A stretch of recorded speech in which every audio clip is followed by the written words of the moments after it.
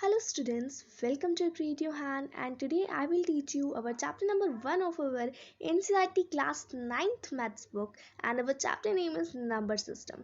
So yeah, this is an introduction video. In this video we will learn about natural numbers, whole numbers, integers, rational numbers, irrational numbers and something. So yeah, without wasting time, let's get started. So there is our first topic, that is real numbers. Now what is real numbers? Numbers are exist in real life, they are called real numbers.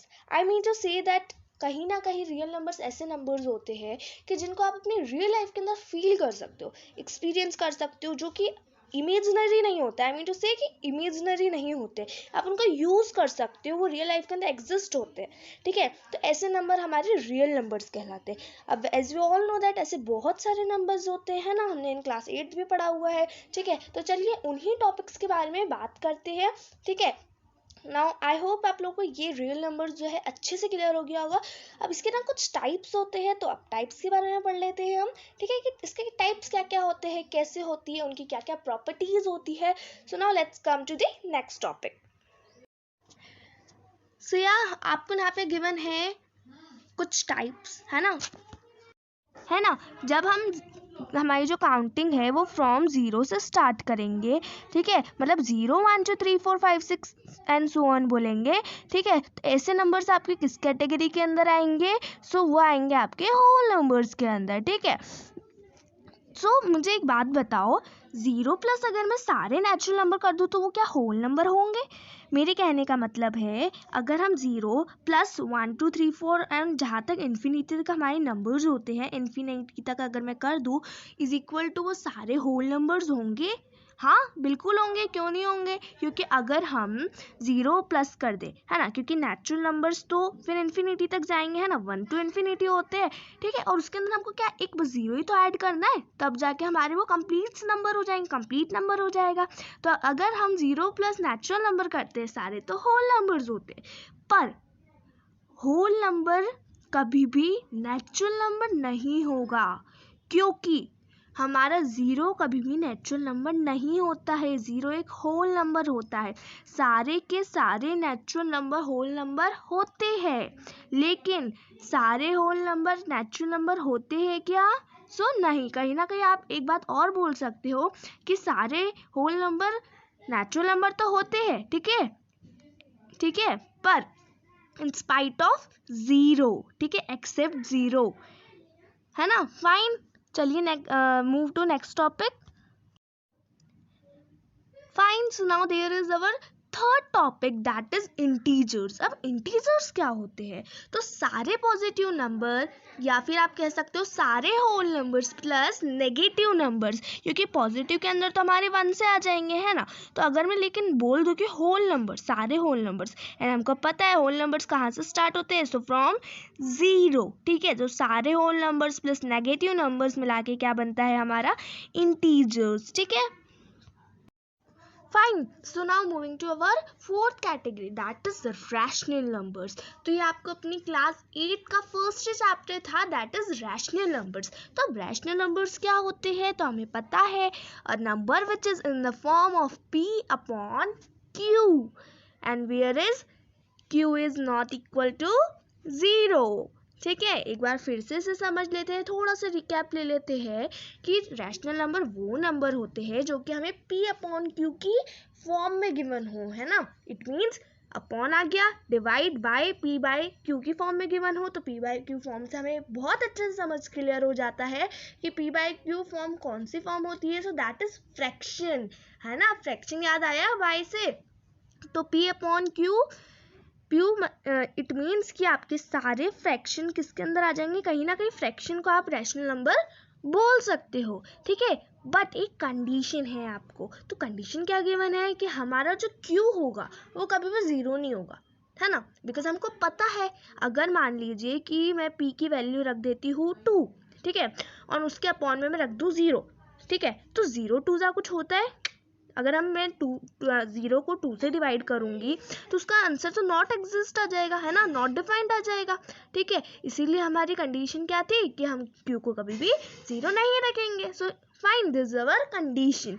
तो rational number भी हमको बहुत अच्छे से clear हो गए हैं, ठीक है। और हाँ, एक इम्पॉर्टेंट थिंग जो है हमको कि रैशनल नंबर्स और नंबर लाइंस बहुत ज़्यादा बच्चों को इसके अंदर कन्फ्यूज़न होता है, ठीक है। तो मैं उसके लिए एक स्पेशल वीडियोज़ बना के लाऊंगी आपके लिए।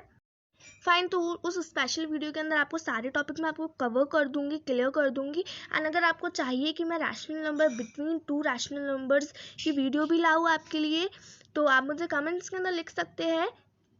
Fine, so now moving to our next topic. वैसे हम इसे और अच्छी तरीके से क्लियर करेंगे, rational number of on number line and rational number between two rational number, ठीक है। तो ये हमको इन एक्सरसाइज गिवन है, बुक एक्सरसाइज के अंदर गिवन है, तो हम उसको वहाँ कवर करेंगे, ठीक है। अब बात करते हैं हमारे फिफ्थ कैटेगरी के बारे में, दैट इज इरेशनल नंबर। अब इरेशनल नंबर्स क्या होते हैं? तो इसको हम बोलते हैं under root number. Under root number मतलब ऐसे नंबर जो रूट के अंदर लिखा जाए, है ना, रूट के अंदर या अंदर, आप कुछ भी बोल दो, ठीक है। तो ऐसे नंबर जो हमारे अंडर रूट नंबर्स होते हैं, मतलब रूट के अंदर लिखा जाए लेकिन उसका कोई आंसर नहीं आना चाहिए। देखो लाइक मैंने यहाँ पे अंडर रूट 7 लिखा, ठीक है।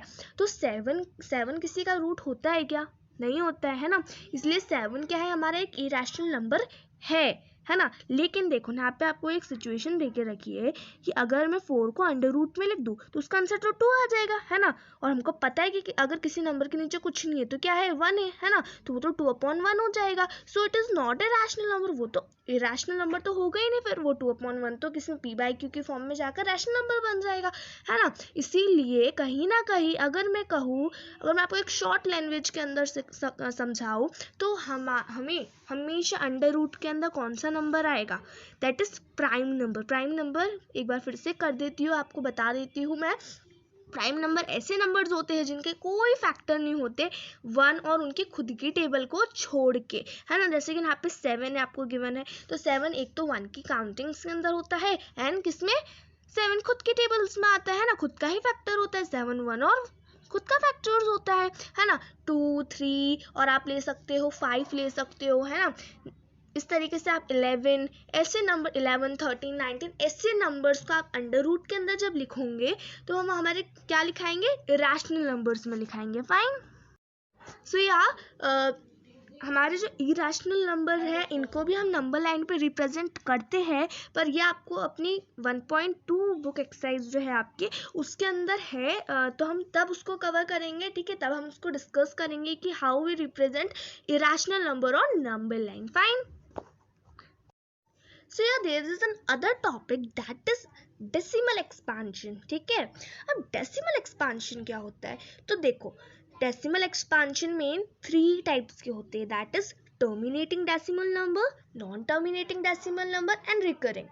अब देखो terminating का मतलब क्या होता है, तो terminating का मीन्स होता है complete, है ना।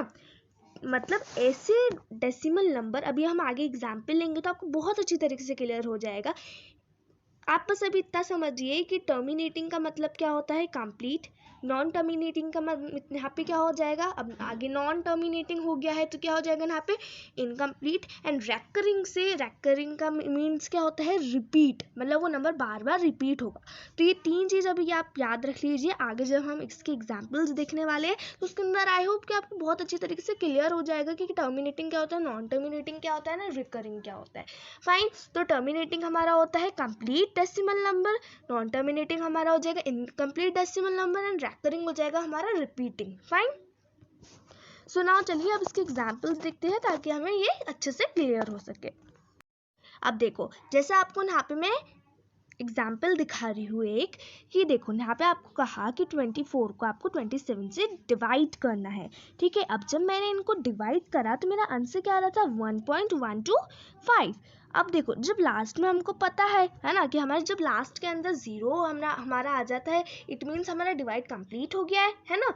तो बस बहुत सिंपल सा इसका वो है कि जब लास्ट में हमारा 0 आ जाए, मतलब हमको पता लग जाए कि हमारा डिवाइड अब कंप्लीट हो चुका है, तो कंप्लीट डिवाइड किसके अंदर आ जाएगा, आपका टर्मिनेटिंग नंबर्स में। फाइन, टर्मिनेटिंग डेसिमल नंबर्स के अंदर आपका क्या आ जाएगा, कंप्लीट जब आपका डिवाइड हो जाएगा, ठीक है, इन डेसिमल फॉर्म, ठीक है। जब आपका आंसर डेसिमल के अंदर आएगा और वो कंप्लीट हो जाएगा तो आपका आंसर क्या कहलाएगा, टर्मिनेटिंग टर्मिनेटिंग डेसिमल नंबर। ठीक है, तो आपका हो जाएगा टर्मिनेटिंग डेसिमल नंबर, लेकिन क्या होना चाहिए, हमारा कंप्लीट डिवाइड होना चाहिए। अब हमको ये आ गया समझ में, तो चलिए अब देखते हैं हमारा नॉन टर्मिनेटिंग और रेकरिंग क्या होते हैं। तो उसके लिए हम अदर एग्जाम्पल पे चलते हैं। अब देखो इसके अंदर आपको क्या गिवन था कि 3 को 5 से डिवाइड करो। अब हाउ इज इट पॉसिबल, है ना, तो फिर भी हमने करा। ठीक है, तो इसका आंसर मेरा क्या आ रहा था, 1.666।